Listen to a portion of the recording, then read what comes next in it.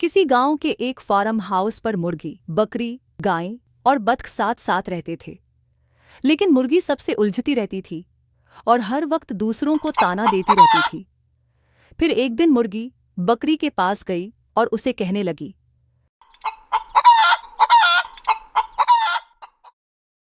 तुम्हारी आवाज कितनी बुरी है।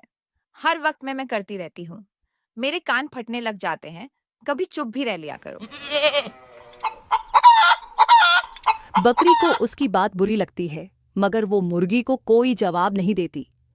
बकरी को ताना देने के बाद मुर्गी गाय की तरफ चलती है। गाय पर तंज करती है और गुरूर से कहती है कि तुम हर वक्त बैठे बैठे जुगाली करती रहती हो। खा खाकर कितनी मोटी हो गई हो। तुम्हें और कोई काम नहीं।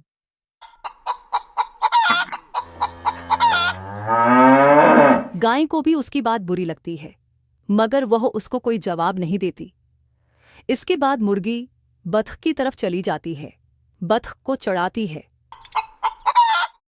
कभी अपनी शक्ल देखी है? कितनी लंबी चोंच है तुम्हारी। तुमको तो बस पानी में मजे करना आता है। पानी को गंदा करती रहती हो और टोवें टोवें करती रहती हो। बतख को भी उसकी बात बुरी लगती है, मगर वो भी उसको बुरा नहीं कहती, कोई बदला नहीं लेता। फिर एक दिन सारे जानवर बीमार हो जाते हैं और मालिक उनके इलाज के लिए उनको लेकर शहर चला जाता है। मुर्गी ये देखकर बहुत खुश होती है और नाचने लग जाती है। फिर अचानक उसे ख्याल आता है, ये सब तो चले गए, मैं पीछे अकेली रह गई हूँ।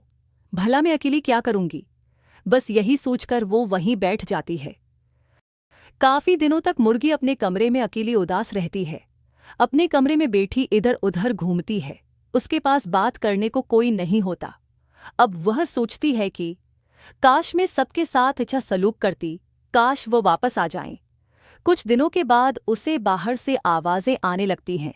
वो खुश होकर बाहर की तरफ जाती है और देखती है कि सारे जानवर सही सलामत वापस आ रहे होते हैं।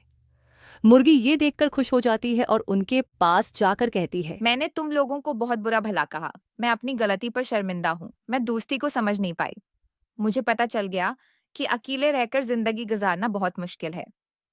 अब से हम सब मिलकर रहेंगे और मैं तुम लोगों को तंग नहीं करूंगी। सारे जानवर खुशी से नाचने लगते हैं और खुशी खुशी फार्म में अपनी अपनी जगह पर चले जाते हैं और एक दूसरे के साथ हंसी खुशी रहने लग जाते हैं। तो दोस्तों, अगर आपको ये कहानी अच्छी लगी हो तो वीडियो को लाइक करें और चैनल को सब्सक्राइब करें।